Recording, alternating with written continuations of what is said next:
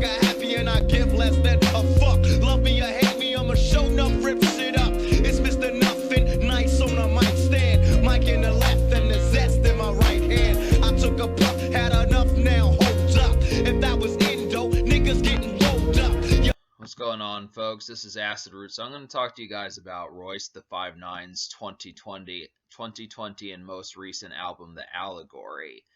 Now this, I would have to say I didn't know what to expect from this project, because the last time I checked in with Royce the 5'9, he dropped 2018's Book of Ryan, which basically got him his biggest hit with Caterpillar with Eminem. That's like one of the first times that Eminem dropped a verse on one of Royce the 5'9's solo songs. Yeah, he did Bad Meets Evil with him, but he really doesn't typically show up on Royce's songs minus the chorus like on some of his previous ones. But that was a hit, and then after that, Royce the 5'9 basically took a break. Well, maybe he dropped like a Prime album, something like that. I don't really remember. But this is kind of something that kind of had a decent rollout, kind of at least 2 or 3 months before the project came out. But there's a lot of stuff that kind of goes with this album.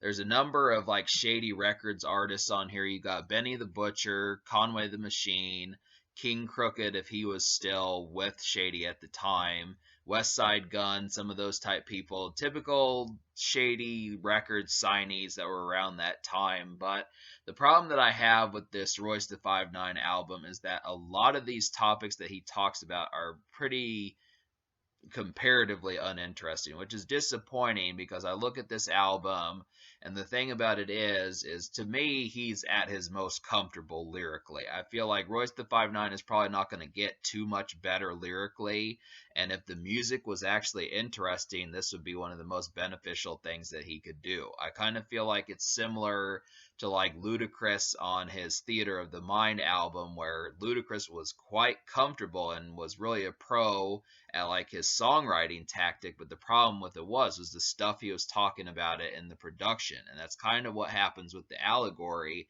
Or once again, I have to say, Royce as a lyricist is pretty much in his prime right now, and if all the other areas were handled, he would be dropping flawless records. But unfortunately, the two main things to me plague this project, which is why I kind of disliked it more than a lot. And the main thing is the things he talks about, and a lot of the beats. Well, actually, I would say there's more than two things. The things he talked about, the beats, and a lot of the production, and kind of just like his overall tone in the lyrics when he is on something that's actually not a bad beat. So overall, it just kind of feels like this is trying to be kind of in like the Kendrick Lamar and J. Cole approach, where they've got something that's more food for thought and more digestible, as if it can kind of be talked about beyond just like a setting that's kind of outgoing. And this album really doesn't try to be outgoing, and it takes a toll as a result, just because I look at some of these things and there's a lot of stuff on here that I pretty much would never care at any point in my life to really listen to. And that's kind of the thing. I look after it and it's like, yeah, the message is supposed to be strong, and it's supposed to be supporting like the mistreatment of like racial disparity and that type stuff, but I look after it and it's like, at least if you're going to tackle such a topic, put it in an interesting sense. And I kind of think Tupac did this so much better on Me Against the World. And there's been other folks, like I feel like even 50 Cent, he didn't do a whole album about this, but on a song like Many Men, with him talking about getting shot and getting killed, it wasn't about racism, but the concept of him handling his problems and conveying it in an interesting way that you could sing along to. Royce the 5'9 could take a page out of 50 Cent or Tupac's playbook and not just present lyrics in a format where, because I'm lyrical, you should be listening to them. And that's kind of the problem that I'm faced with this project, is I think Royce kind of goes with the angle that because I'm skilled at what I do, that should substitute the idea of you listening to it, despite if it's interesting to listen to or not. And I don't really appreciate that concept. But we'll talk about some of the singles, for example. Like there were 4 of them, and I only wound up liking one. That's the whole concept here. Like this, it kind of promotes this sort of theme of just like, yeah, there's stuff to say, but unfortunately, it really does quite a terrible job of jumping off the page to get distinction. I mean, obviously, music can be food for thought, but it needs to kind of have like the angle of like, is this something to dance to? I mean, where would you listen to music that you're just kind of not trying to be outgoing and social with? And I think that's kind of the thing. I mean, minus maybe your car. That's about, I mean, if that's all it is just food for thought while you're sitting in traffic or something like that, I think it could use more angles than that. But Black Savage basically was a pretty terrible song.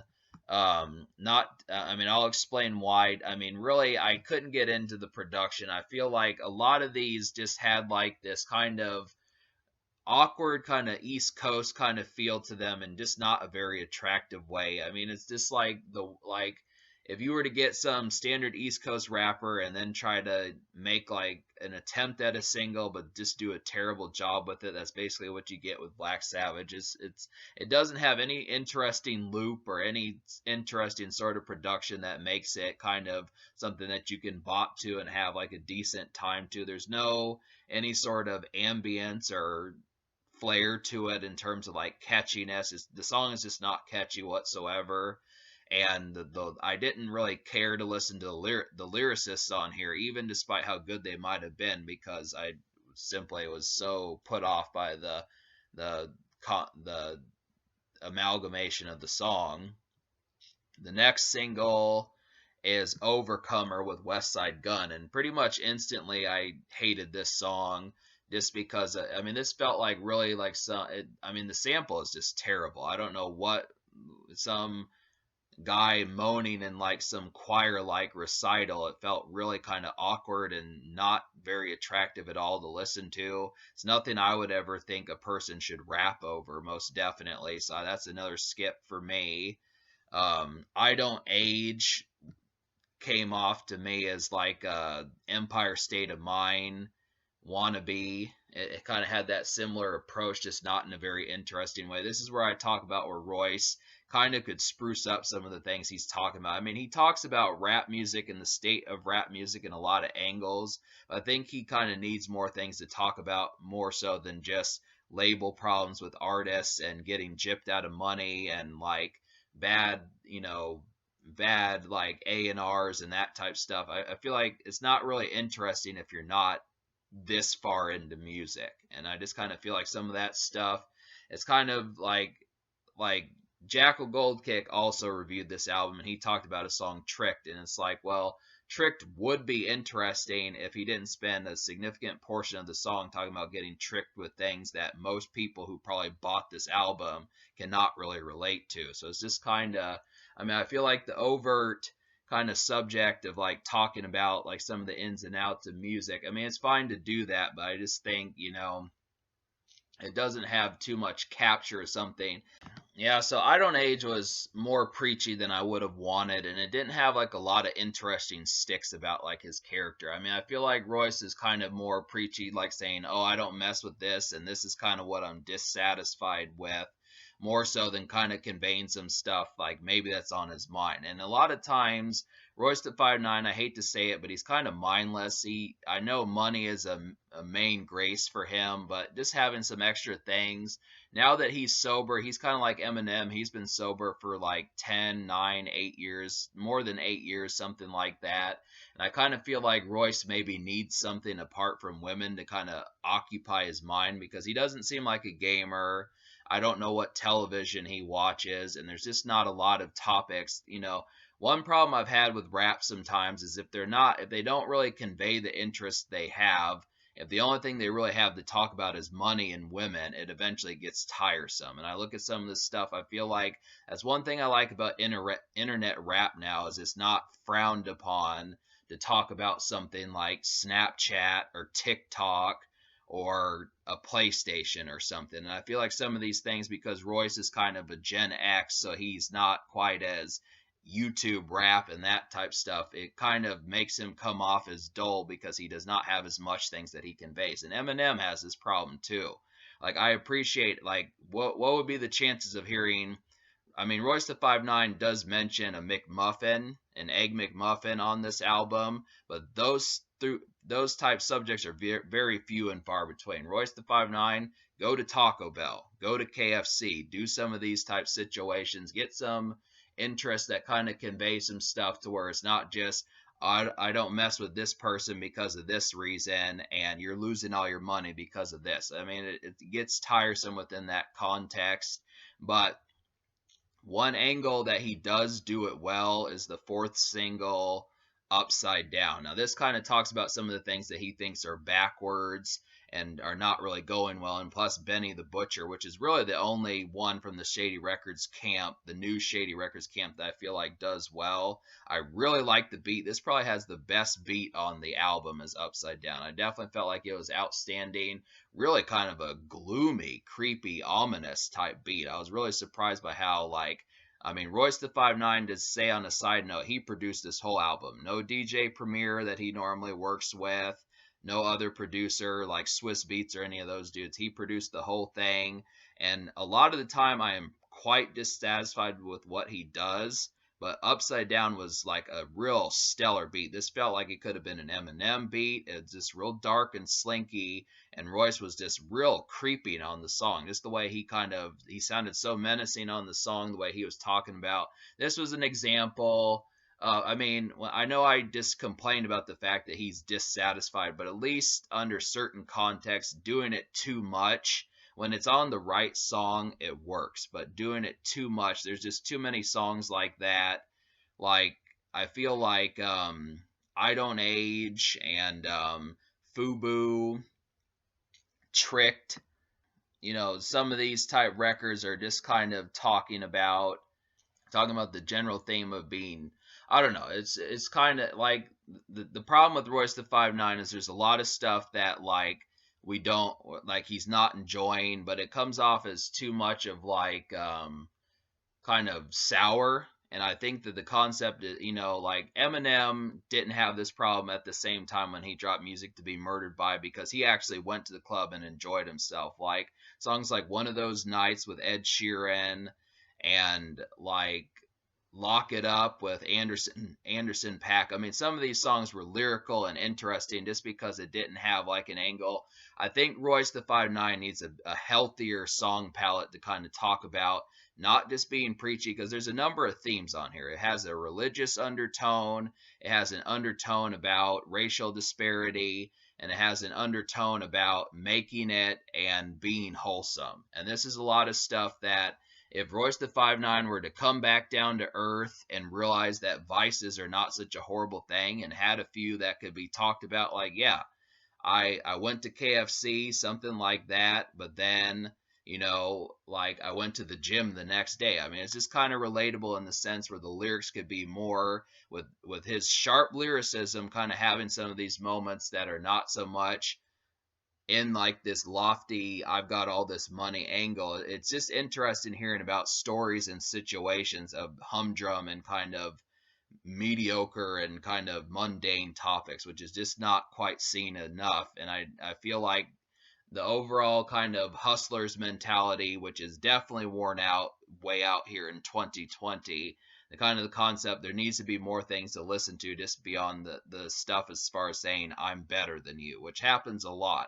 It's interesting on records like Thou Shall, where that was kind of a club record and did it, but there really is not much to Royce the 5'9" beyond either the angle of being a lyricist, going about the acrobatics of showing why he's better, and then saying some of the stuff that's wrong with the world. And that's not enough angles to really convey like accurate songwriting as far as saying like it makes for a good album in any sense of the word, because it doesn't. It's just kind of, I mean, really, the lyrics are fine, but there's not enough good songwriting to project this being a selling point. That's just kind of the thing. That's what you have to look at. So, yeah, I'm going to go ahead and recommend to you like the songs I recommend out of 14. So, yeah, there are 8 skits on this project. One is an intro, so it's kind of halfway a skit, but I'll at least talk about the fact that Eminem was even on a skit on here. He's on a 2-minute skit talking about how